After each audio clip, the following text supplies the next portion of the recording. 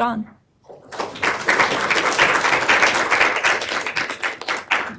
Good morning. So I'm going to just go ahead and give you a little bit of background about myself. Again, I'm an investigator with the Nebraska State Patrol. I started working for the state of Nebraska in 2006. I've spent the majority of my time working down in Lincoln on the road patrolling as a marked unit, actually wearing the silly hat and the badge and everything. But as time went on, I decided to hit the reset button, went into investigations, and had a good opportunity presented to me working in the Pharmaceutical Diversion program for the State Patrol. And I started that in about 2019 and have maintained that since. So it's been quite eye-opening. It's not only given me an opportunity to stay in the enforcement aspect of law enforcement, but also the educational aspect and creating good relationships with people. I know that there's been a lot of hurdles with our program over the first couple of years, development, and obviously people aren't always the most comfortable when they see the law enforcement skulking around their office. And so our goal is to just let everyone know that we're there to help. If there's anything that we can do to make your job easier, make it more safe, comfortable work environment, that's what we're trying to do. So first off, I'm going to get to the exciting stuff, the legalese. Basically what this is saying is that this has been vetted through my legal division, all of the slides. However, any questions, concerns that you might have, you probably still need to refer to your own legal division just for clarification. But so a little bit of history on the program. The State Patrol has always had someone with the Tactical Diversion Squad with the DEA here in Omaha since 2013, 2014, but we've never really dedicated anything internally to it. We were more or less a liaison to their diversion program. But in 2017, we created a position for our agency so we could work cases not only at the federal level, but deal with stuff that just stayed more state level too. And we've maintained that spot since. In 2019, we created a reporting and alerting program and introduced it to all of our healthcare providers. I don't know who all is actively working in pharmacies still or currently. If you have, you may have seen our alerts come through. We send faxes all the time so that if there's like say a Walgreens and on Dodge that gets a suspicious activity report, they submit it to us. We can blast that out to the entire troop area covering all of Omaha, or if it's something that we see that's really active and maybe we've seen it before, we'll shoot it out even further. We can cover the entire state, but we can do that in a matter of minutes. And so it's kind of streamlining our process, that alerting program, and I'll dive into that a little bit more. In 2022, we had one investigator with the TDS task force, and he's also now working alongside with the overdose group. As you all know, that has become a bit more of an issue lately, the fentanyl spikes. We're seeing it, and I think now we're actually recognizing the issue. There have been a little bit more of a focus on the toxicities and the autopsies that we've been doing, and so we're trying to address that best we can.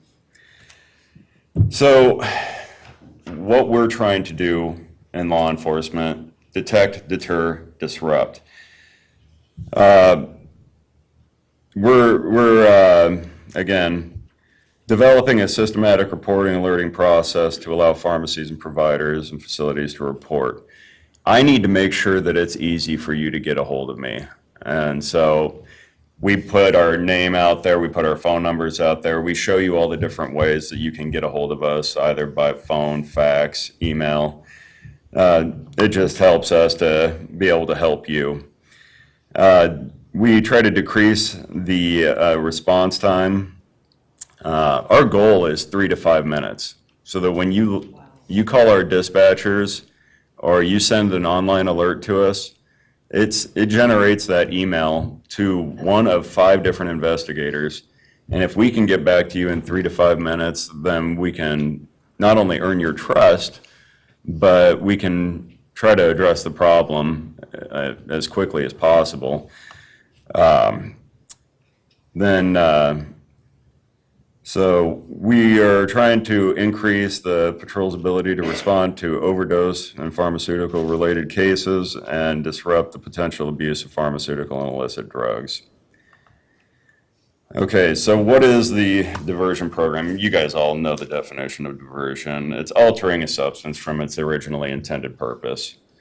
The doctor issues the script, sends it over to the pharmacy, patient gets it. We all assume that they're using it properly, but there's all kinds of things that can happen from there. They can take a lot more than was intended during that particular time period, run through a script way too soon. They can doctor shop. They can sell it. That's where we jump in. So why prescription drugs? So what I see a lot of the times from law enforcement aspect is we pull somebody over and we see a pill bottle in the center console. It's that mindset that we've got to break, that it was given to them legitimately and they're using it appropriately. It tells them right on the bottle exactly how you're supposed to take it. There's no way that anything bad could be happening here, but we need to start looking deeper into that. We just took it too much for granted that it was being utilized properly, and so we weren't probably detecting as many problems as quickly as we could have. Then the other thing is there's a lot more availability to prescription drugs. I personally, in my line of work, it's my job to know some of the dealers around the Lincoln, Omaha area of illicit drugs, but you probably, I hope, don't know as many of them. But you guys know all kinds of coworkers, pharmacists that are able to dispense medications, and if I can go down Dodge Street and pass by 10 different pharmacies, and to an addict, each one of those is a drug dealer. They just need to know how to get it out of the pharmacy. So there's a lot more availability for pharmaceuticals. The lack of knowledge, we kind of covered that, because they're prescription drugs given by healthcare professionals that took an oath to do the right thing and send it on to pharmacists that have vetted it, that we all assume that everything's on the level, and sometimes we all know what happens when you assume. And since this is being broadcast and recorded, I don't want to elaborate. And then the lack of the prescription drug monitoring program, I love it. It is probably the foundation of my investigation. It tells me absolutely everything I need to know, everything I need to look into, because it will tell, you guys have all seen it, it tells me who prescribed it, when they prescribed it, when it was purchased, the dosage that they're getting. And it's invaluable, and we need to use it more. If you have availability to use it, why not? It's just another tool in your tool chest. Break it out more often. We weren't using it. We didn't have it for the longest time, and as much as I hate to say it, Nebraska was kind of late to the party with that one. And we constantly need to evolve. There are states that have reciprocity so they can see one another. We're still not quite there yet. We're going to hopefully amend that, because if we're all working together as a team, it just makes it a lot easier to get the job done. So, the United States, we are number one. We consist 5%, we are 5% of the world's population. However, you can see by the stats here, we more than hold up our end of the bargain on use and abuse of opiates. And why? So you see what it comes out of the pharmacy costing, and then you see what it hits the street costing. This is a profit margin like none other. I'm going to really harp on it, and I know that prior to this, I was asked to supply you all with some information to kind of go over before, so you could have an idea of what I was going to harp on, and I was going to beat you over the head with promethazine with codeine. And if anybody actually sends 473 mLs out of the pharmacy, then, that's one heck of a cough. They shouldn't. I've seen it. Oh, yeah, it happens. I've seen it. It happens, but, that one bottle can be purchased with an RX card, about $40, and they can hit the streets at about $3,500. So, that's what we're dealing with. It's major profit margin for these folks, at least the ones that are in it for business. So, what do we see a lot of the times? You see forgery. You see, I would say forgery is probably more along the lines of addiction. People that need to alter a script so they can maybe get it a little earlier or get a little bit higher dosage than what they were provided by the healthcare professional. Medical negligence.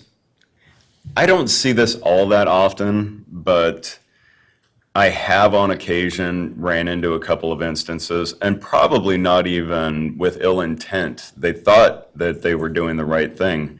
I'm going to leave names out of it, but I had a patient who was flagged by a very good pharmacist that said she's getting it way too much. She was getting hydromorphone, or hydrocodone.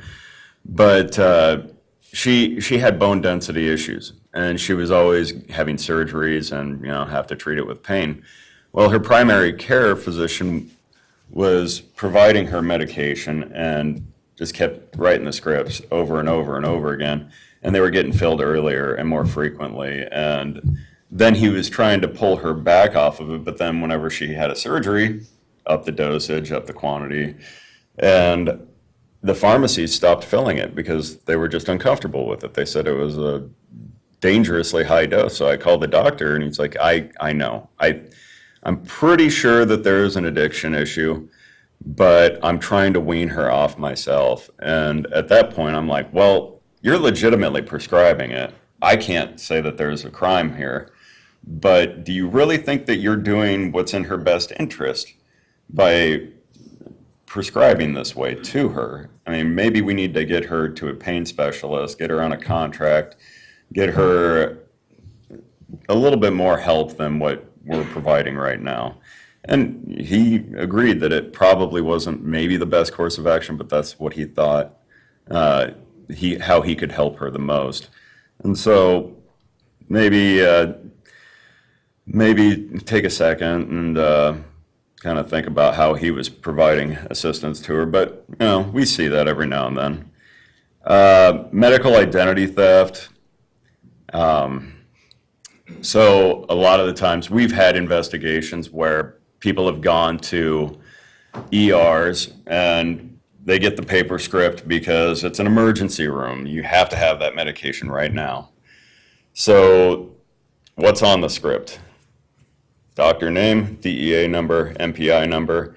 Now all of a sudden they can go and duplicate that. I can go on Amazon right now and get a script pad that's got the security paper and, can't be photocopied, all that kind of stuff. And I could probably pick that up for about $30 and just start printing out as many scripts as I needed. Because the formats, there's a form, pdffiller.com. has all of the script formats in there. You just have to plug in the information, and boom, now you can fill out as many scripts as you need. Burglaries, this has been kind of an issue that's been on the rise. More so in rural areas, but yeah, we have seen a lot more break-ins lately. The reason rural is because you go in Omaha, Nebraska and break into a pharmacy, you're probably looking at like a Walgreens, right? Walgreens, you have to break through the security doors at the front, then you get into the pharmacy, the alarms are going off, and now you've got to get through the drop-down gates at the pharmacy itself, and that's way too much work. Not to mention the fact that about 10 or 15 of Omaha's finest are going to be on you in minutes. Go out to, say, Ord, Nebraska, where there's maybe one deputy working within 30 miles. And no, the pharmacy is just your mom and pop with the glass front door, no other security measures, probably maybe has 1 or 2 surveillance cameras. And it's a lot easier to get in, snatch and grab, and get out without any detection whatsoever. So we have seen some of those on the rise. Theft, you know, and I don't want to point any fingers. I did put you guys on the list, but you know, there's a lot of great people in professions, and then there's the bad apples. We all have them. Law enforcement has it too. So I'll take the blame for on some things, but yes, we see doctors, pharmacies, pharmacists, nurses, people that have access to the medication can sometimes be of concern for us. Medical supply delivery companies, this is more, it's probably not going to fall into my arena, but we have seen, you know, shortages when they get delivered to the pharmacy. That can be just, I mean, it passes from hand to hand, and so you never know where the medication goes. It usually ends up going, that kind of a case, I'll probably defer more federally because it's going to be beyond my scope and my investigation. But we're modernizing the pharmaceutical industry all the time, and so you do see a lot more by mail, Amazon Pharmacy, whatnot. So that's kind of been on the rise. Fraud, we have phony phone calls, phony prescription pads, doctor shoppers, and insurance issues. So there are essentially 2 types of people that we deal with. At the state level, am more along the lines of the people with addictions. But we do have a lot of criminal organizations, and that is where, again, I talk about the promethazine shift.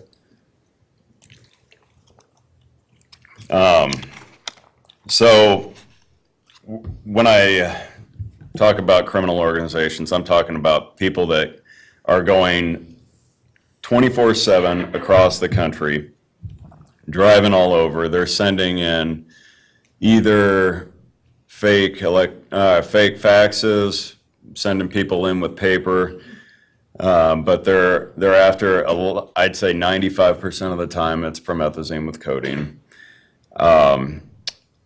It has actually, because of the diligent work of the DEA and a lot of state agencies, us included, we've actually had contact with a lot of corporations like Walmart, CVS, Walgreens, and because of that, the level of diversion with that particular substance has actually caused them to rethink, and they've all discontinued carrying it. I'm sure you're all aware of that. It's starting to spread further now. I believe Baker's in Omaha has stopped carrying it. Hy-Vee stores are starting to phase it out. So we're just seeing, because criminals don't just stop at one thing. When they come through and they go after promethazine with codeine, we found out that they're also stealing in the stores. They're doing financial crimes when it comes to gift cards and whatnot. So a lot of the major companies have decided we're just going to get rid of it altogether. The downside of that is everything rolls downhill. And so now the smaller pharmacies that are still carrying it are getting a lot of the fallout. And so that's where it actually is kind of funny, though, when you think about it, because out in, like, say, McCook, Nebraska, the pharmacist knows everybody. They probably know what kind of meds they're getting. And so, when somebody, let's say, from Chicago starts rolling into town and asking, I was telemedicine and I got to pick up my promethazine with codeine. I got a bad cough. And the pharmacist is just almost, they call me laughing a lot of the times, just like, this was pathetic. But no, it's starting to roll out into the more rural areas just because of the limited availability. We touched on the pharmacy burglaries. So not going to really beat that one up too much. The people with addictions that we deal with, doctor shoppers, employees at medical clinics or at doctor's offices, and we see script altering. So this is what your cough syrup can tend to look like. So I don't know who all listens to Lil Wayne routinely, but he's a big fan of this stuff, and that's why he talks more like me than the deep voice and whatnot. But they refer to it a lot as either purple drank, scissor, 2 cups. Like if you walk around the party with 2 styrofoam cups stacked one on top of the other, you're the person to talk to because you know how to get the good stuff. It's because you take your cough syrup and you take your Sprite and you mix it back and forth until you get your concoction all nice and ready, and then you stack them up so everybody knows how cool you are. And I guess with marijuana, it's a pretty good kick. I've heard mild hallucinogenic effect, but yeah, I just threw this in here because I wanted to show you how our legitimate prescription bottles, that's diversion. They turn it around on you real quick, and all of a sudden it can paint a different picture. But they take pictures like this just to throw it in our faces, just to show us what they're doing with with that legitimate prescription. Electronic script diversion. So what we found recently with e-scripts, it's becoming more prevalent because as of January 1 of last year, it was mandatory to file e-scripts there are exigent circumstances, but now it's the way to go. So it's making it more difficult to divert for the common addict. But you see these, we have seen a couple of electronic script diversion issues, stealing doctors' personal information, doctors stolen information is vetted by the EHR, and then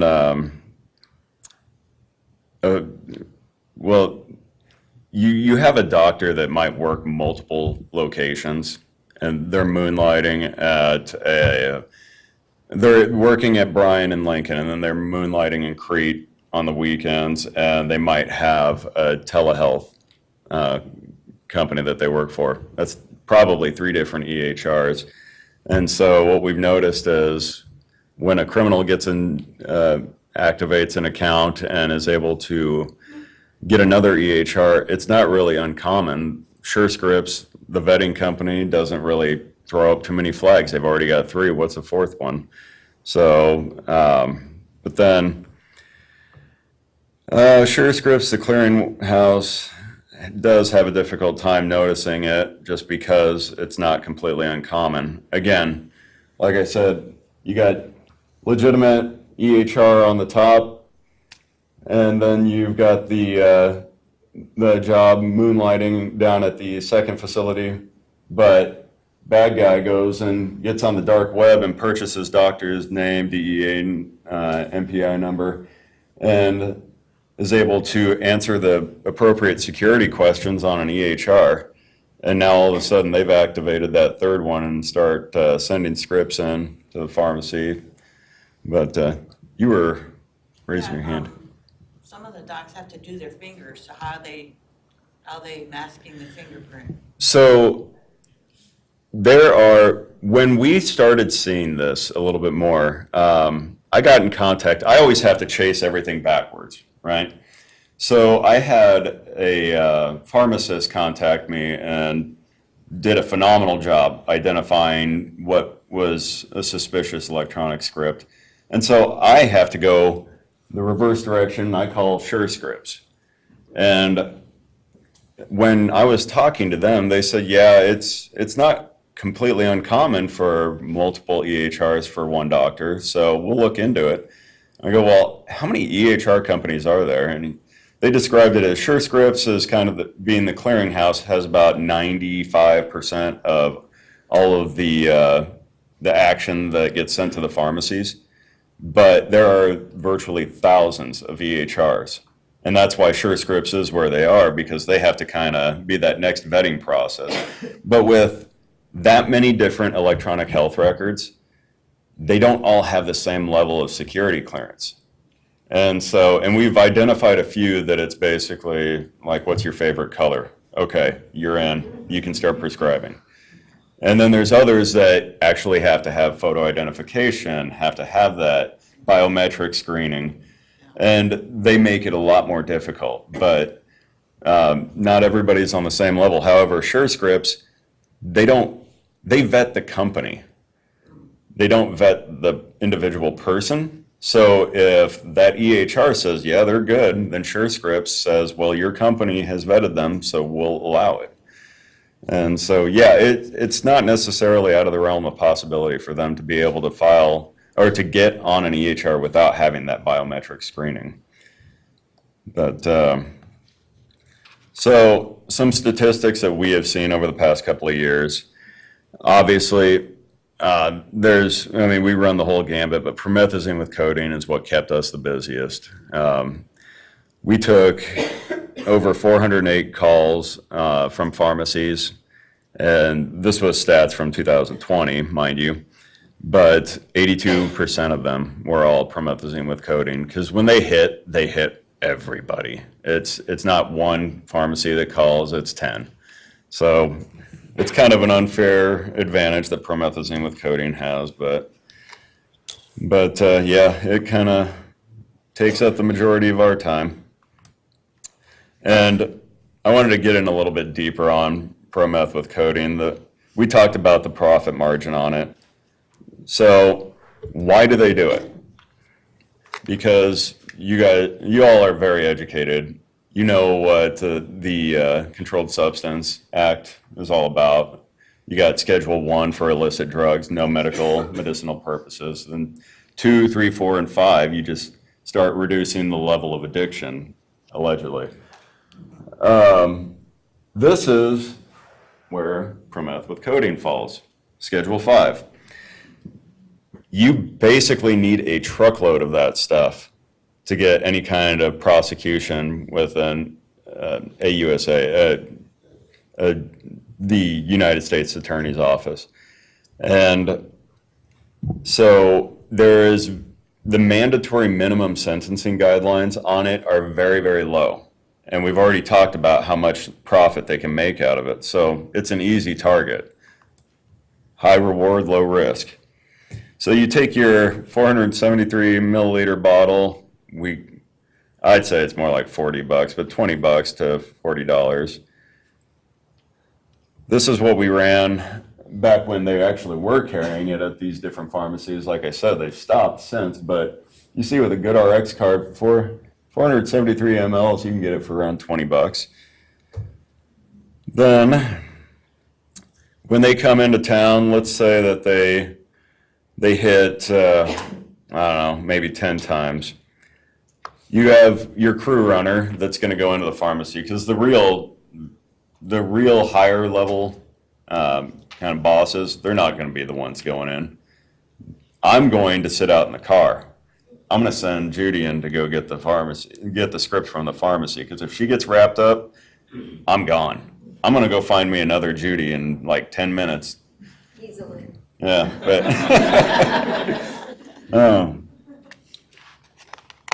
but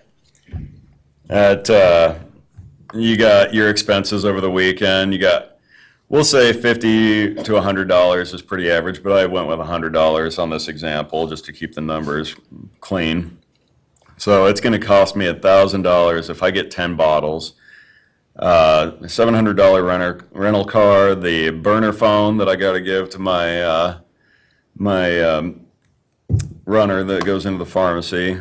We're going to stay in a nice hotel because we're just going to be doing maybe a day or two here in town. Food, and then you got to pay for the product, so let's take $200 out of that. But if you get at about $33,000 a bottle, you're going to clear 35 grand, and you got a profit margin minus all of the expenses. You're still making about $32,000. Weekend job. Yeah. And to say that it's just here is a farce. It is. We had a case. This is one example, and we've had many.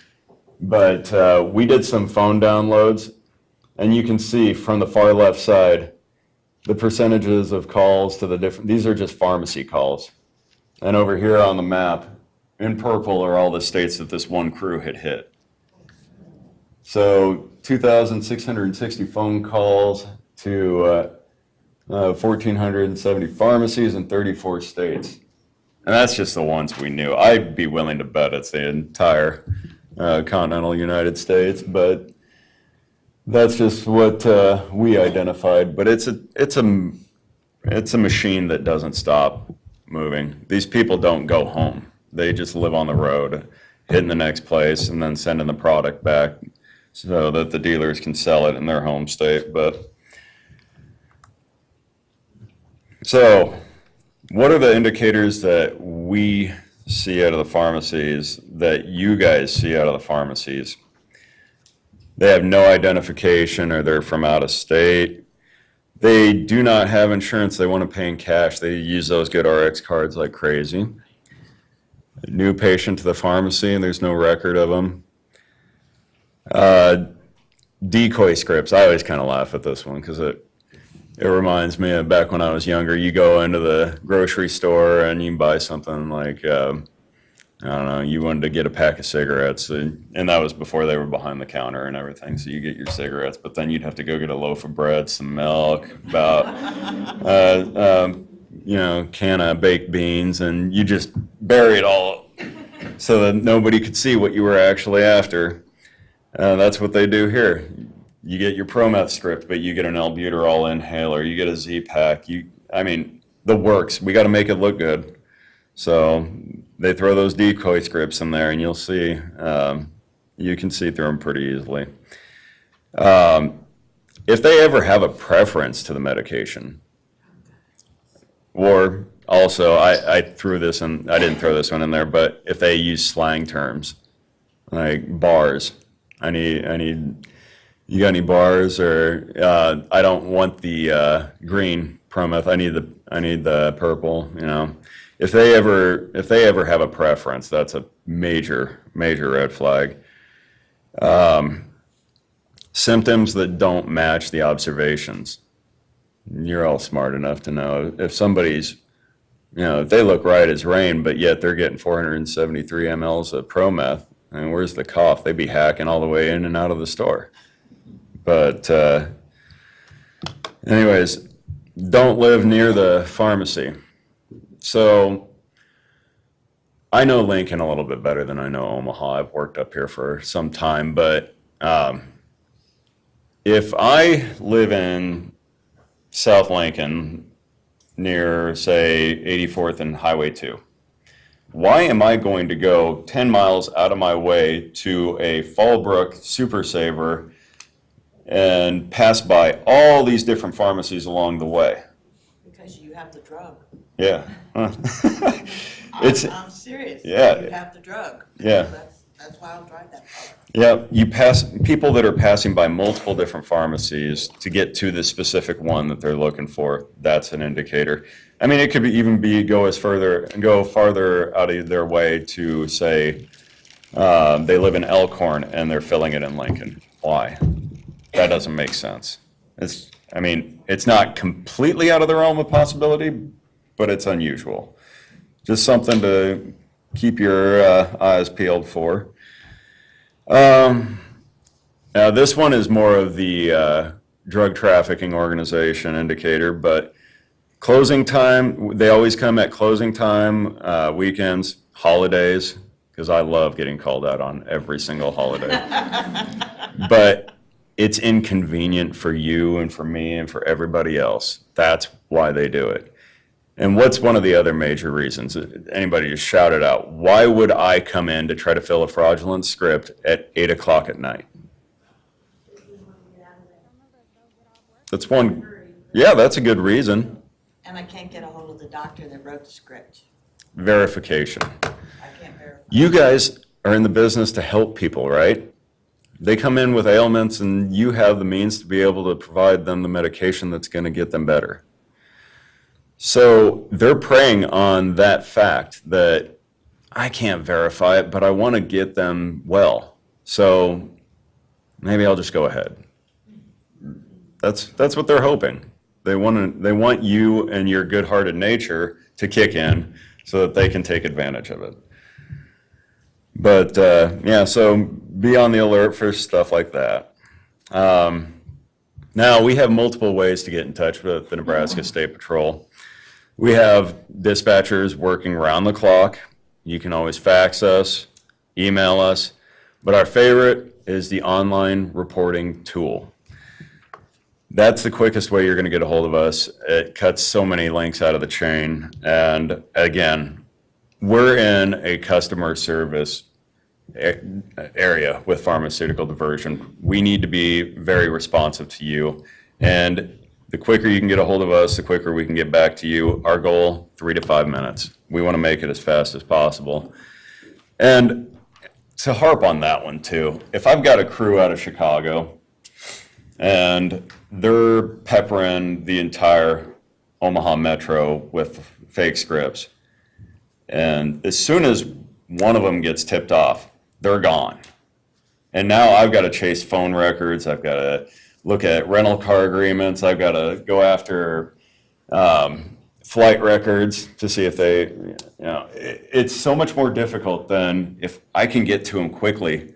I'm going to do the old habeas corpus and put the cuffs on them, and then we can deal with them in person. I don't have to chase them down with paperwork. And so, but if we give them too much of a head start, it's a 15-minute drive and you're already out of the state from here. So we need to be quicker, we need to be more attentive, and that's what our goal is. So that online diversion reporting tool, if you guys work in a pharmacy now, or wherever you're planning on going to work, make sure that you have this saved on your desktop somewhere, or have it flagged in your search engine. But you just type in the Nebraska State Patrol drug diversion, and the very first link that you're going to get is, when you click on it, takes you to this form. It's a very basic form, but it gives us the gist of what's going on, and it does it discreetly and quickly. This will send that email to the 5 different investigators that are specifically devoted to pharmaceutical diversion. Somebody's going to call you right away. And the other thing I love about this too, since it's done all on computer, you're not standing there with bad guy at the other side of the counter saying, yeah, he's here. How fast can you be here? No, stay. Instead, we're over at a keyboard, just clearing it through insurance. Get here faster. Send. It's discreet. You're not having to put, and the less you're going to stir up the bad guy or girl, equal opportunity here, the less harm you are putting yourself or anyone else in the pharmacy in. So I'm a big proponent for that one. Now, when I come over to the pharmacy, these are the things that I hope to be able to get. I never would ever try to tell anybody how to do their job, because I sure as heck don't want anybody to tell me how to do mine, except my 6 or 7 bosses. But when I come to the pharmacy, the things that are going to help me the most with my investigation is if you're able to possibly get a photocopy of the subject's ID. Not a mandatory requirement unless they're getting a control. You got to check it, right? Just throw it on the photocopier. You know, if you can get caller ID, vehicle descriptions are a little bit more difficult, and that's almost by design, because most pharmacies will have internal and external surveillance cameras. So if I'm driving and I don't want to get caught, I'm just throwing my sheep to the wolves inside the pharmacy, I'm going to park in the business across the street and just let them walk. So it can be difficult to get that description on the vehicle, because a lot of times, even if you turn somebody away and say, no, I'm not filling it, and then you follow them out the store, you could be following them for blocks. So if they're stupid, yeah, they might park close and you could get a vehicle description, which is great, but not always likely. However, any kind of description you can give me, plates, color of vehicle, style, make, model, always helps.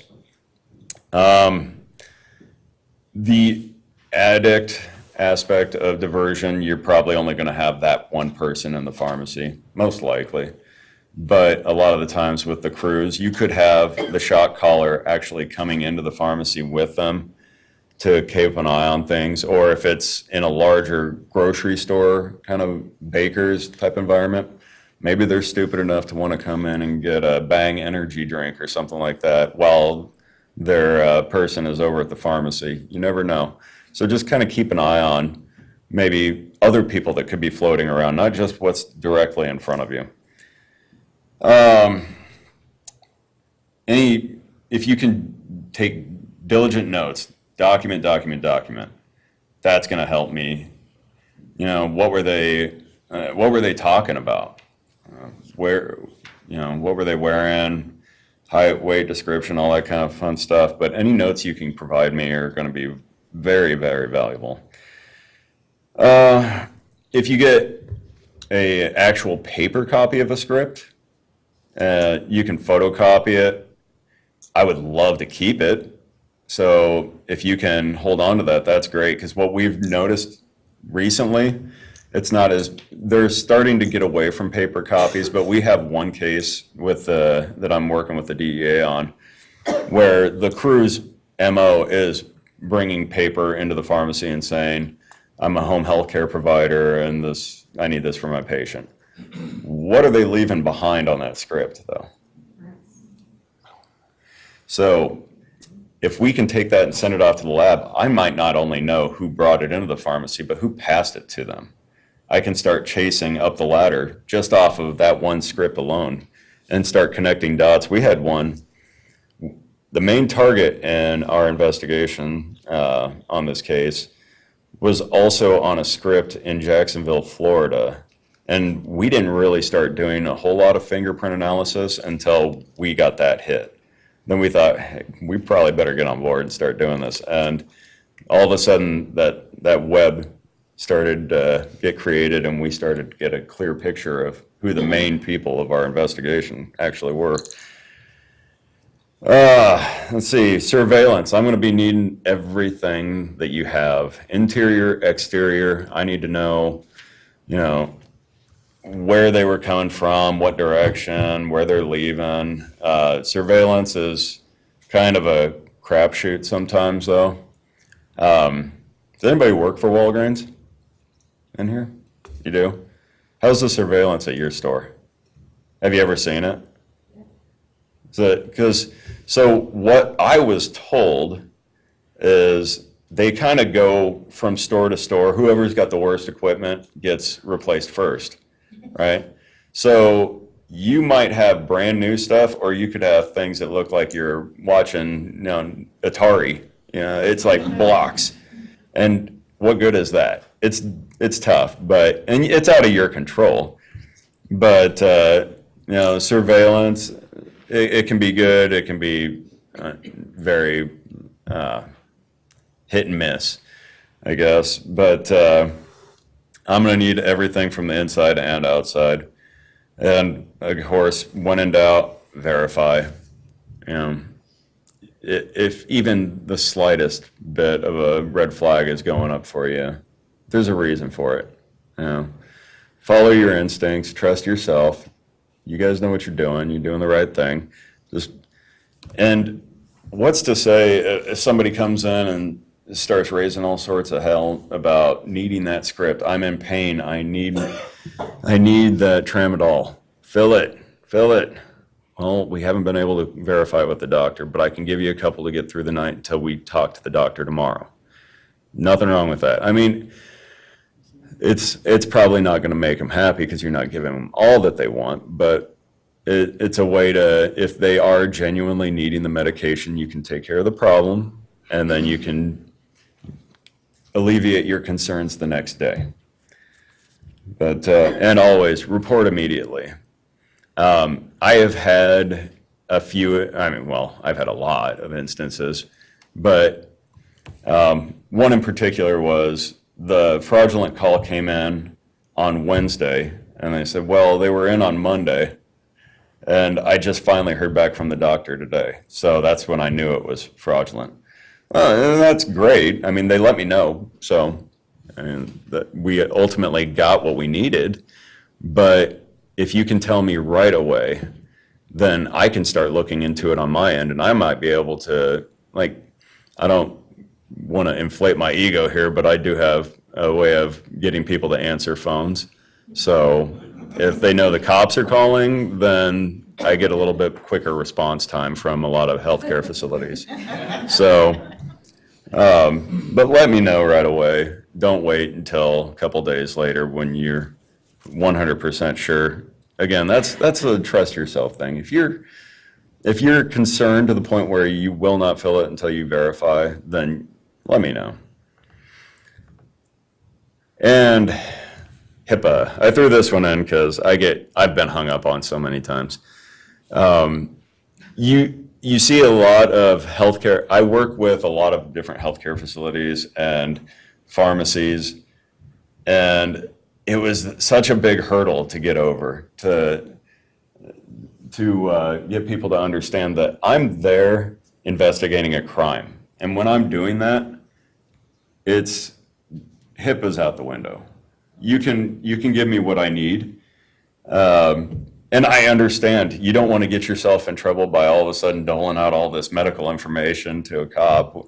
So I've been hung up on so many times when I call up and I say, no, you can send it, and click.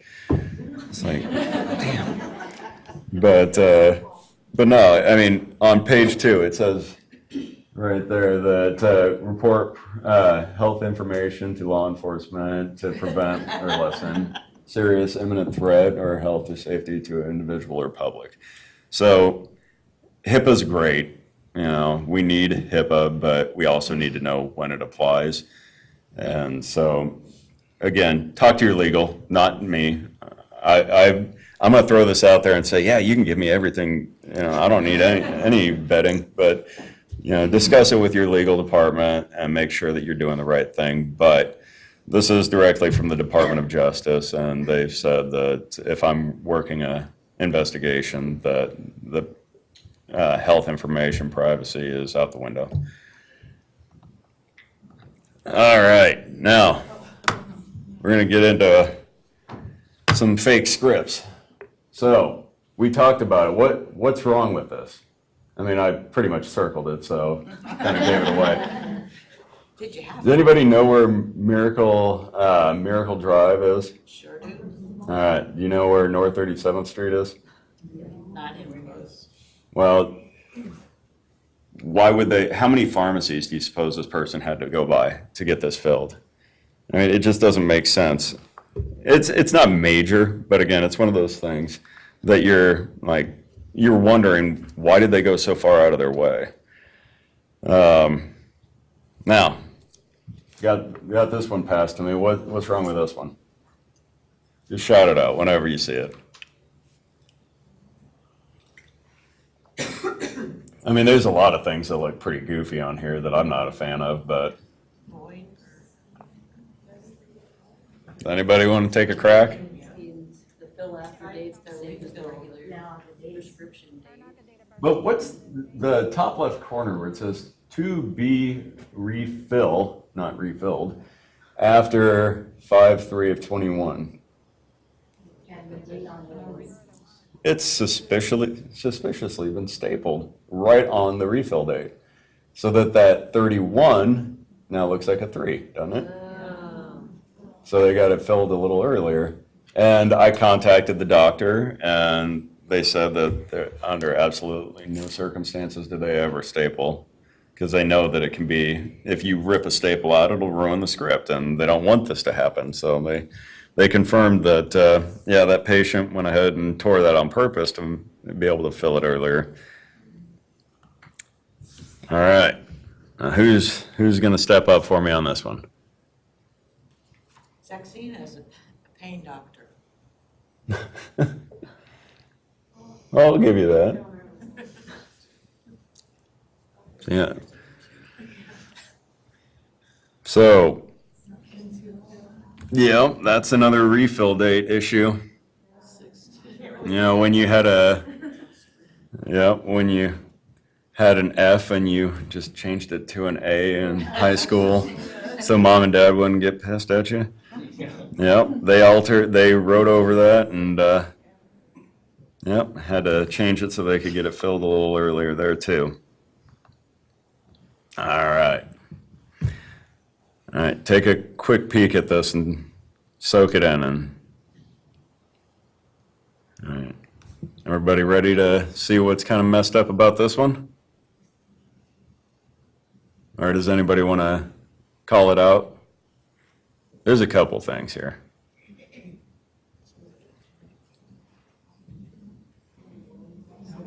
Lincoln and Elkhorn. Yeah, Lincoln and Elkhorn, that's a flag.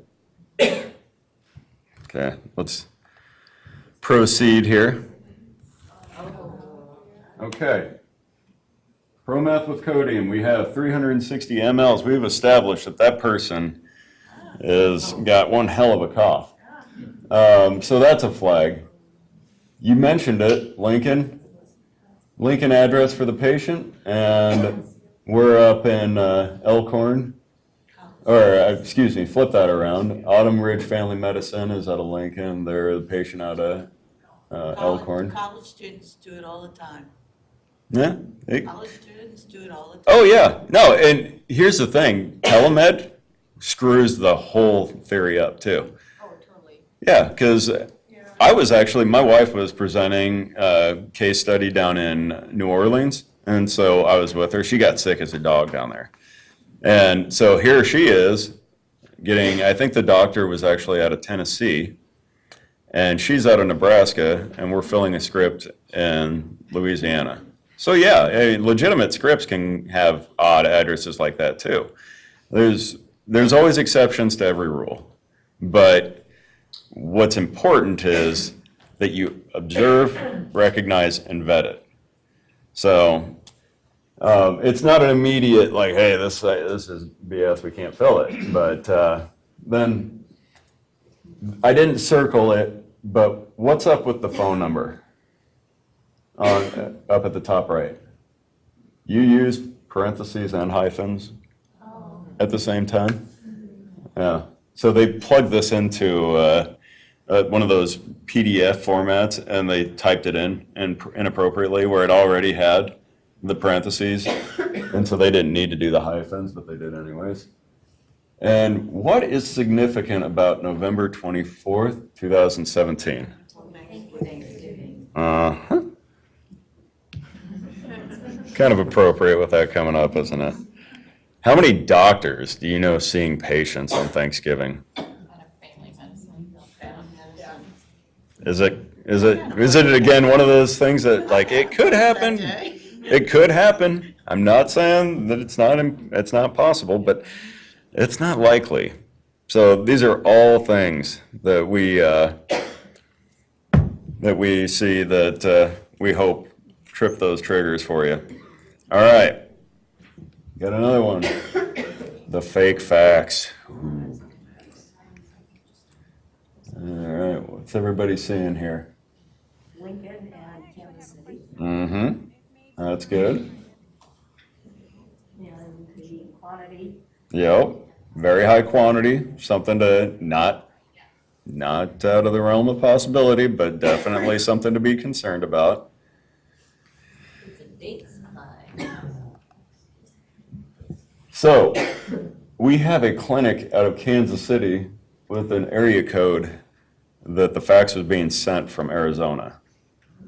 This one is gonna, I mean, I don't have all of the area codes. I know Chicago pretty well because we see most of our work out of Chicago, but sometimes just going that extra mile to, I mean, you can see 520 and then you look at the area code 816.